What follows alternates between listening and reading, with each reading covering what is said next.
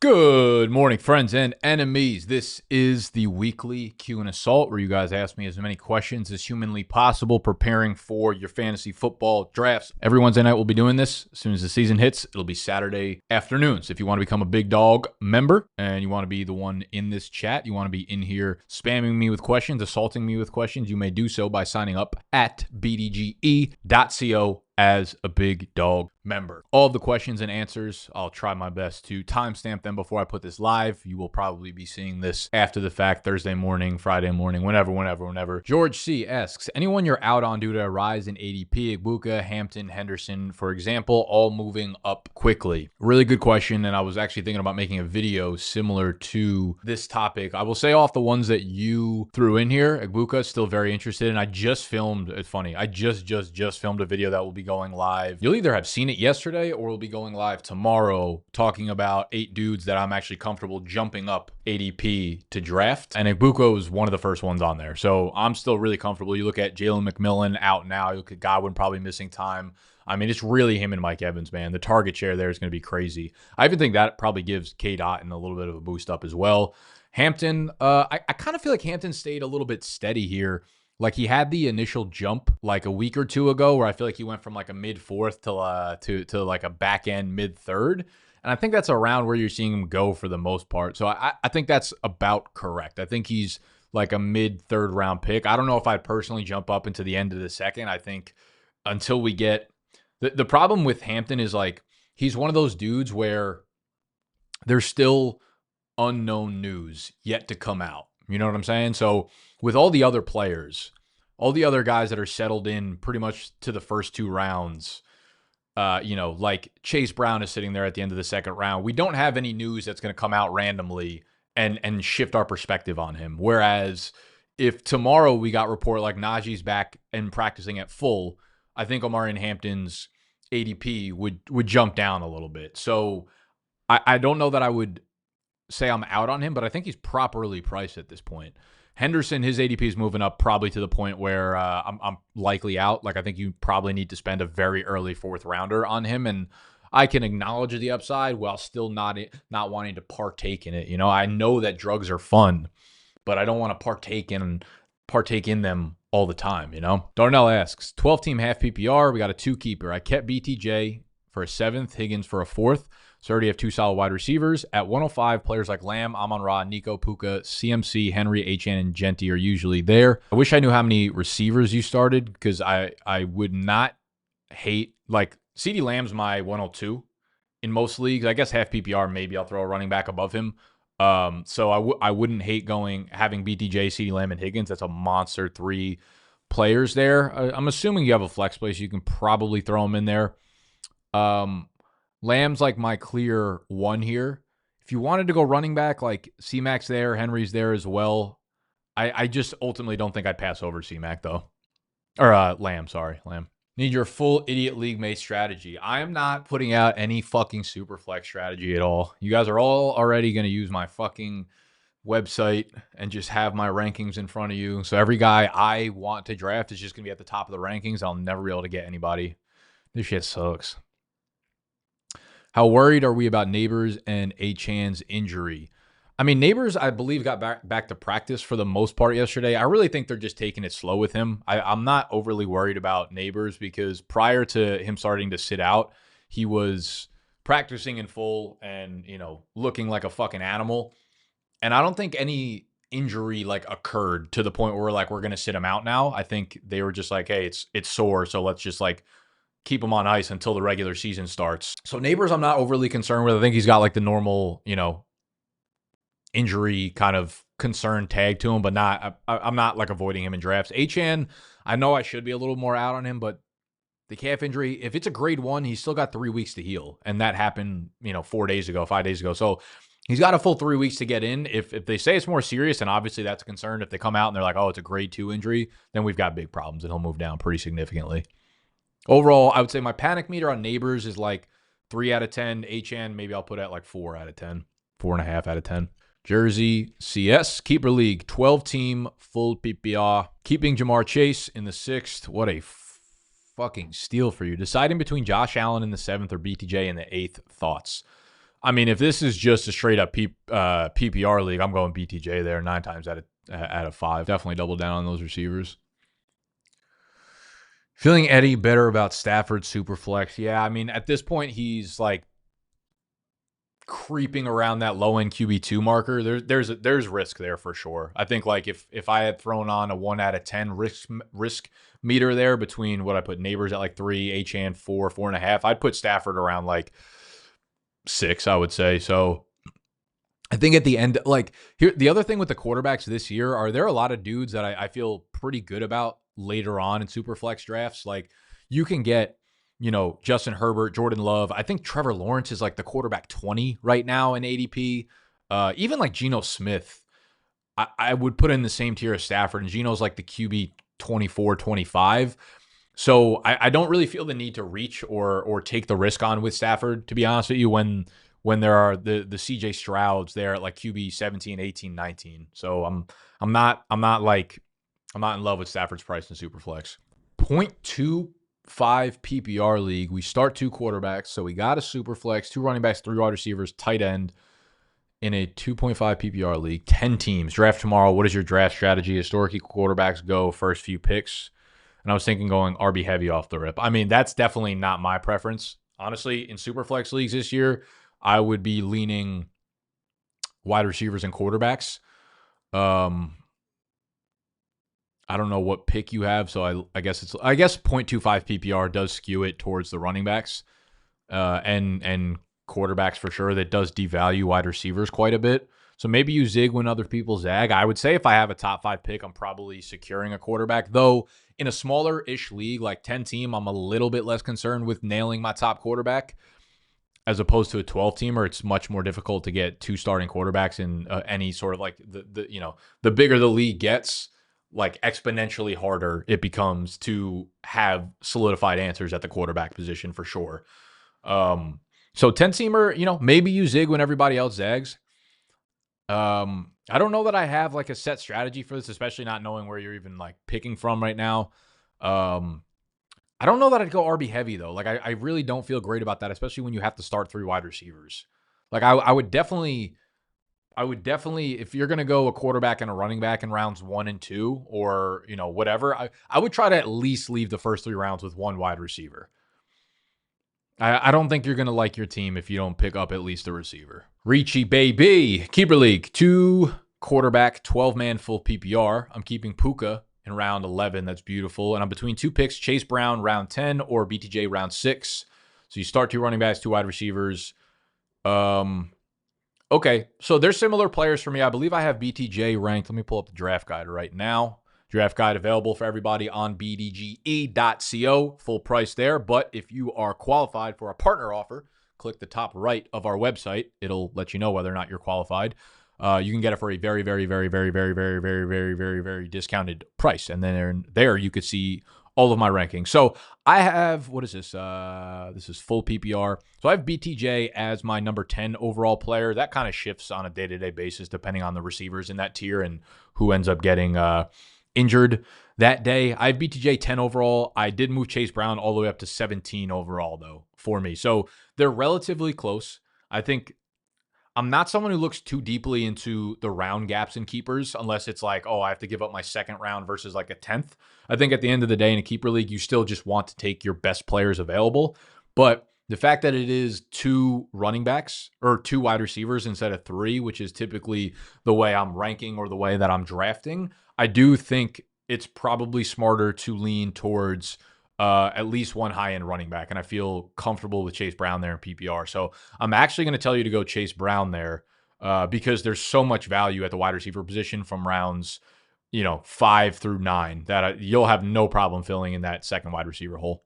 Need your thoughts on the JCM situation with my commies. Yeah, so JCM was a player.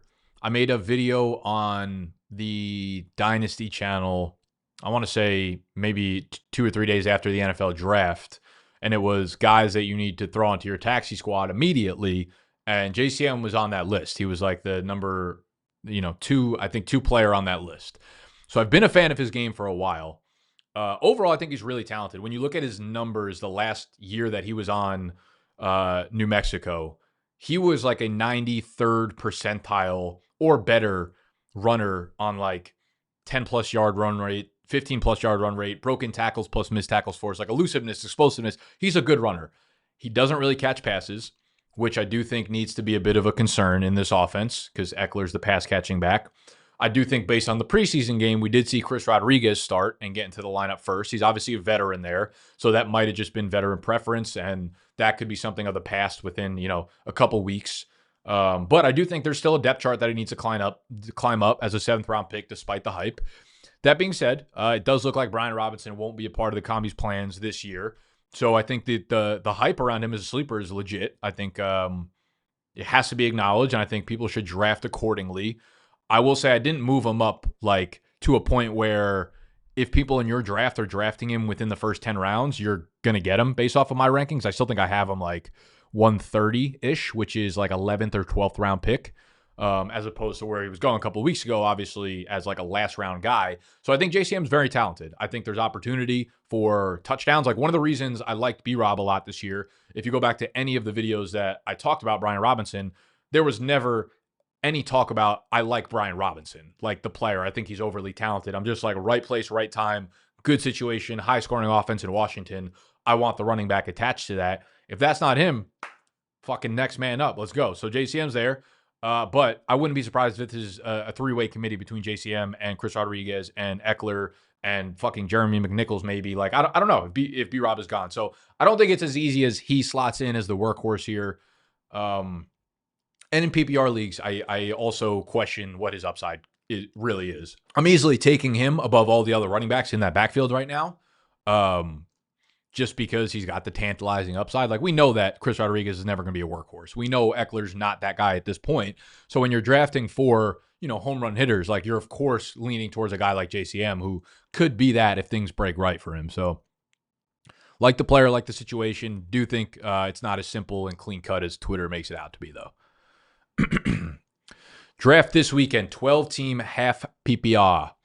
Most of my league mates spam running back early, and I'm at the 106. Is it worth fading running back to get positional value at wide receiver, tight end, quarterback, or do I join in not to miss out on the top running backs? I guess at the 106, who would be there available to you? I think you'll have a nice running back available to you there. I also don't mind. It depends how many wide receivers you start. I really don't mind, again, zigging when other people zag here. You could go with the strategy where you go like super top heavy on wide receivers, right? At the 106, everyone spams running backs early. I'd assume Chase probably goes off the board in the first 5, but CeeDee Lamb probably falls to you there. If CeeDee Lamb's there and then they're continuing to spam running backs, like there's a good chance that, who knows, like a Nico Collins or a Malik Nabers or something falls back to you. And then in the 3rd round, like you could go with a really wide receiver or tight end heavy approach, like maybe Terry McBride is there in the 3rd round, and then go for like high upside explosive running backs later on, right? And go with a pure zero running back approach. Like maybe Travion Henderson goes in like the 5th round. You can go with a guy like James Conner, even like Tyrone Tracy, RJ Harvey. Those are either solidified guys or guys that I think have some upside that would pair well with what you're doing. So to me, I'm not always like, at the 106, I don't really feel the pressure to go down the same path as my league mates, unless the only way I really do that, I think, is if it's like a super flex league where quarterbacks are so necessary for your team, right? Like once the 32 starters in the NFL are off the board, like you don't have a guy to start. So sometimes you might have to do that. The positional scarcity is like really, really thick there. You know what I'm saying? So with running backs, you'll be able to find running backs at the end of the draft that could fill in as your RB2.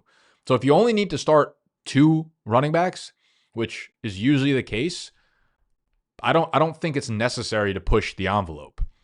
That being said, though, like, if Saquon or someone really, really great falls to you there, or if you feel awesome about Derrick Henry or Genti, then by all means, do your thing. Gio, how should I approach the quarterback and tight end drafting strategies for a home league, half PPR, 10-team league, and a very competitive full PPR 10-team league? Yeah, I went into this a little bit with my early round strategy video last week. For the most part, I'm probably trying not to double tap those positions early on. Like if I do go with a McBride in the 3rd, or Bowers in the 2nd, or Jaden Daniels or Josh Allen or Lamar in the 3rd, I'm typically then kind of fading the other onesie position until later on in the draft. So like if McBride falls to me at like the 308, cool, draft him there. But then I'll probably go with the late round quarterback because I want to like pepper the flex plays as much as I can in those middle rounds. If I go with Lamar Jackson in the third round, then I'll probably wait on tight end and double tap Tucker Kraft and Colson Loveland, or Tucker Kraft and Tyler Warren, or something like that. So I would say I don't feel the need to push the envelope on either of those single positions. Like, I don't think I need to draft a quarterback high or a tight end high. I'm fine fading both of those until the 7th, 8th, 10th round. At the same time, I'm okay drafting one of them early as well. But I would likely, more often than not, if I'm going to take one in the first 3 or 4 rounds, the other one of them, I'm probably waiting until later in the draft.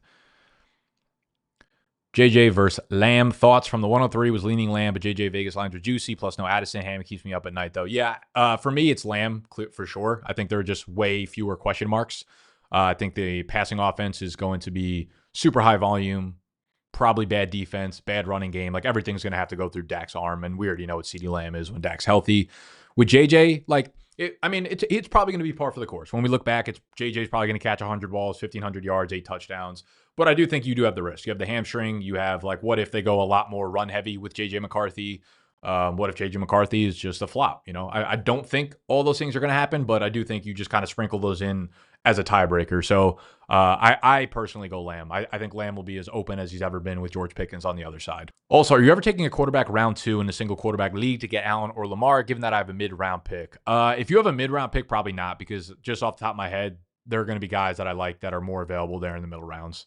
Like a Drake London will usually be available there in a home league or something like that. So I have a lot of guys. Like, if you just go by my rankings, you'll see Josh Allen, Lamar, like my 25th and 26th ranked players. So those are like the 3-1, 3-2. In the 12th team half PPR draft at 12, would you still love Nico Achane, or should it be start 2 wide receivers like Nico and BTJ? We only start 2 running backs, 2 wide receivers, 1 flex. Yeah, if you're only starting 2 wide receivers, I would probably split the difference there and go wide receiver, running back, just like that. Demarcus Robinson suspended 3 games. Ricky P stock grows.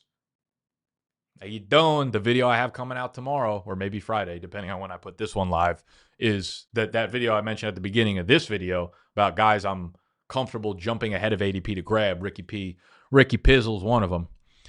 Draft guide is sexy. Thank you. We worked hard on making sure that the aesthetic of the thing really stood out for us this year.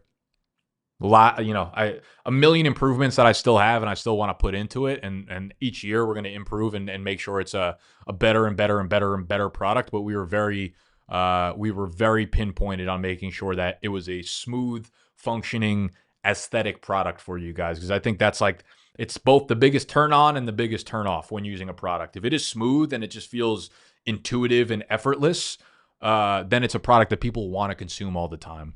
When it is a little bit janky, then you feel like a little bit of a pullback from not wanting to use the product. So that was a very, very clear, decision point for us to spend a lot of energy on making sure that it felt smooth for you guys. Just wondering, because that would mean 2 running backs at 3-4, which is fine if Hampton falls, but otherwise seems tough. Yeah, I would split the difference there. I think that was a question you just asked.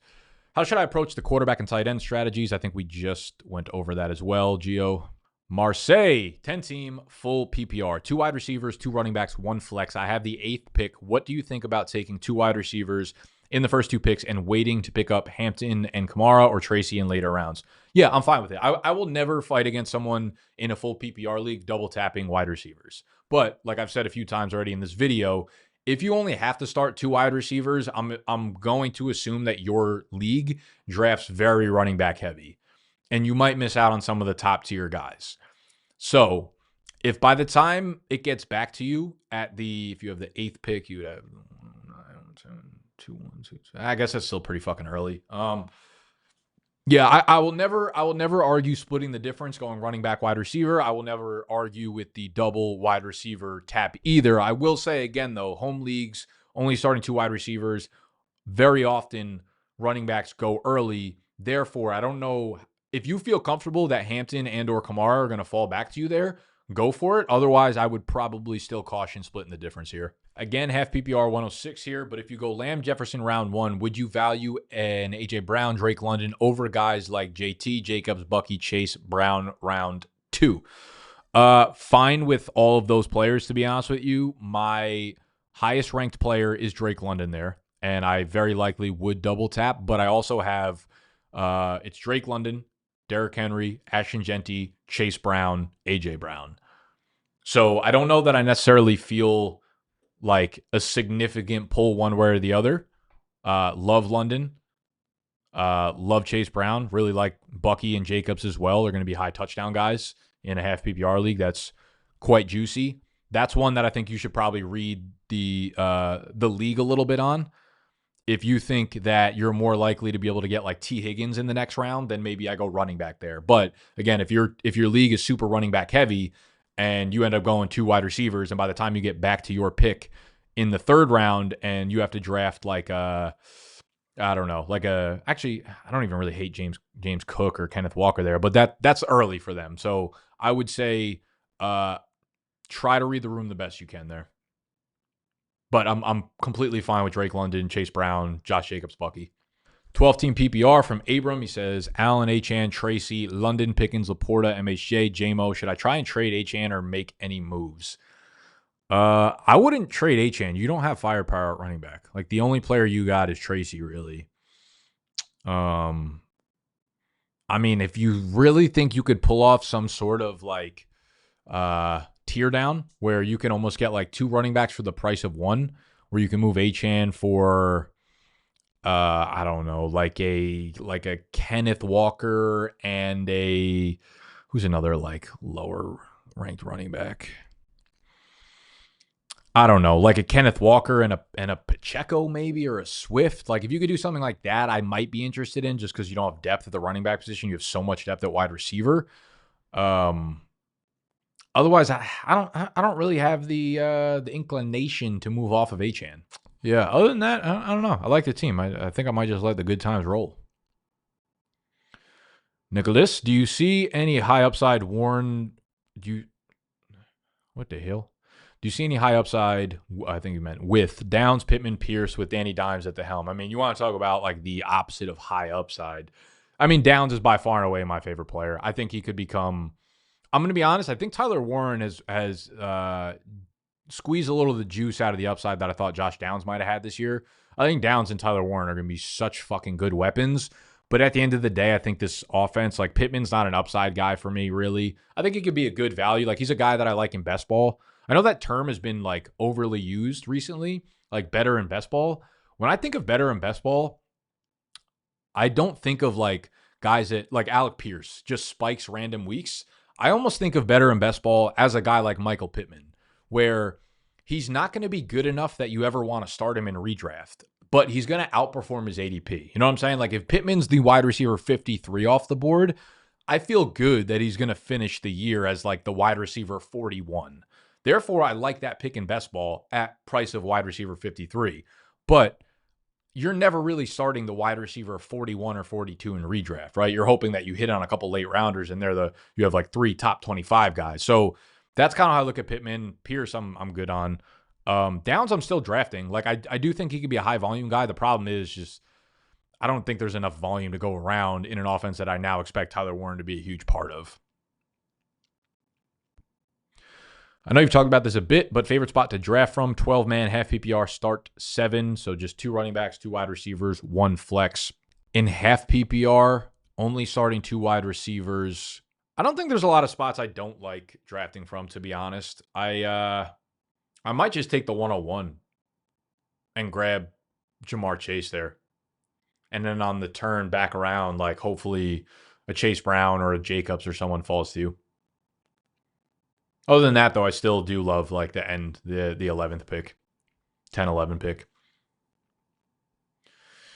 Grayson, what's up? What's up, GOAT? 8-team, half PPR, super flex. Wow, you guys are really getting after it with weird settings.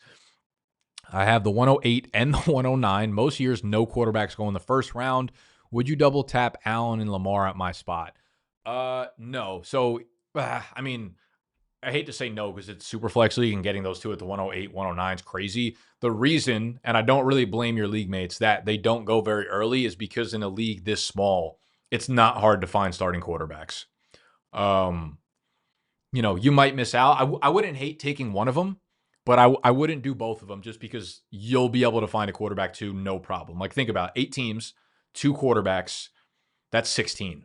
Like you're going to be able to get Jordan Love or Trevor Lawrence as your QB3 in a league like this. So I don't. This is one where the positional value, while there's scarcity there, the scarcity won't actually matter in this league type because all 32 QBs are likely not going to be rostered. So no, I probably wouldn't. I wouldn't suggest double tapping quarterbacks there. It's going to be fun on a week-to-week basis, but I think you're going to suffer at the other positions. Sun God, 12-team half PPR. If Achane, Henry, McCaffrey are gone, would it be worth going Chase Brown at the 201 or just take Jacobs or JT? I have Chase Brown ranked above those guys. They're very close. I have Chase Brown and Josh Jacobs, I think, back-to-back. Yep, it's RB8, RB9. So I don't really have like a huge take on either one of them. I think they're both going to be phenomenal. But yeah, I mean, listen, if you have the turn pick and you're not picking for another fucking 25 picks and you feel like that's what you want to do, I wouldn't blame you for it, dude. If you think Chase Brown is worth it, if you think Josh Jacobs is going to return RB5, 6 value at the end of the year, you're not going to look back and be like, oh, I regretted that pick. Georgie baby, to this day. Thoughts on Mark Andrews' value this year? Yeah, he's someone that's like, I think I've had no choice but to kind of move up on him, mostly because of Isaiah Likely's foot. Broke his foot, out 4 to 6 weeks, could dribble into the beginning of the season. Andrews is going to be an every down player if Likely's not playing. So Mark Andrews, I've kind of moved up to, I think he's like my tight end 6 right now. So just being attached to Lamar uses his tight end so heavily, and if he's like the tight end there, then if Likely was healthy all summer, I'd probably be off Mark Andrews, but him getting off to a hot start is something that I'd probably be fine getting a part of. Are we certain Penix can get this Atlanta offense and skill players going in 2025? I hear the noise, but I'm struggling to trust the buzz. I know Penix is a high upside dude for you. I mean, he's a high upside dude for me, but he's not like a sure thing at all. Like I have him ranked pretty low. I don't even know if I have the high upside tag on him. I do. All right. I have him at quarterback 24. So like, I don't feel comfortable really at all with him as a starter for me. I think I'm more enamored with the situation than I am certain about Penix, if that makes sense. Like the Falcons, they play in the dome. They're a fast-paced offense. They're going to throw the ball a lot. I will say, we lost Drew Dahlman to free agencies with Chicago now. He was like a phenomenal, at least run-blocking center for us. We just had Caleb McGarry, our starting tackle, and his backup go down in practice today. We could have gone from like a very, very top tier offensive line to one where I'm not sure that it's really an asset for us right now. But I just do think we have a high pace of play. We run a lot of plays. We're in a dome. We're in a soft division. So it's one of those where like, I don't know what to expect from Penix. I don't know that we're going to get down to down consistency, but I feel pretty good about it for fantasy. It might be one of those situations where like you might not want to watch the game, but at the end of the day, the box score is probably going to be there because there's just enough volume. The matchups are good. The environment's good enough. That's where I'll leave it with Penix, I think. Dylan Verhulst. Home league draft is this weekend, 12 teams, superflex, no P. That's crazy. How are you guys progressive enough to go superflex, but not progressive enough to have any sort of PPR scoring? That's wild to me. 2 running backs, 2 wide receivers. I usually double tap quarterback and a wide receiver in the third, and wide receiver 1 in the third. But running backs go early and end up being short on running backs. Do you agree with the strategy this year? I mean, no, probably not. In a non-PPR league, no PPR, and you only have to start 2 wide receivers, I don't love that strategy. No. I think running backs are far more valuable than wide receivers in a league like this. But quarterback, I don't mind the quarterback play. If you feel like you got to reach and double tap quarterbacks, I also don't think you need to do that either. Quarterbacks become more valuable in non-PPR because they're scoring so many more points than the average wide receiver. But I do move running backs up pretty significantly in a non-PPR scoring setting. Thoughts on Sexy thinking he can win in a league with all Steens? I'm willing to put a bet on him finishing bottom 3. Nah, Sexy pretty good at fantasy. I'll give him that. Terrible person. Top 3 worst people I know. Hate his guts. But he stays on top of his shit with fantasy. He's a good fantasy player. Now, would I bet he wins the league? I mean, 1 in 12 chance? Nah, I bet him. I probably last place for Stain. Thanks, man. I was thinking Puka Nabers. If I only took one quarterback with Stafford back at practice, are you confident in Puka? Dude, I've got to be honest. Like, I don't really have a much better read on the Puka Stafford situation than anybody else. I will say if Jimmy G has to play, I'm less worried about Puka than I am about Devontae, who runs like the pure X route. So yeah, I mean, he's got the risk there. Like I said, I move my rankings around pretty much like daily based on what we fucking hear. And right now, Puka's kind of at the bottom of the tier of those top wide receivers. So I have, Nico, Malik, Brian Thomas, and then Puka there. But if we hear like tomorrow, like Stafford's perfect, he's fucking his back is magically cured, then I'm like Puka back up to like my 4th overall player. You know what I'm saying? I don't have a much better read than what you can get out of the public right now, to be honest. So I am in a 10-team, 2-quarterback PPR league where every comp is 0.5 points. Every completion, wow, roster context, 2 quarterback, 2 running back, 2 wide receiver, a tight end, and a flex spot. When's the latest you would draft a quarterback? Is taking a position player first round smart? I mean, half a point for every completion. Quarterbacks have to be scoring 15 points more per game than any other position, right? I mean, that has to make Joe Burrow like borderline 101 in a draft like this. If you look at just pure volume, like Lamar doesn't throw, like he's obviously a monster, but he doesn't throw the ball that much.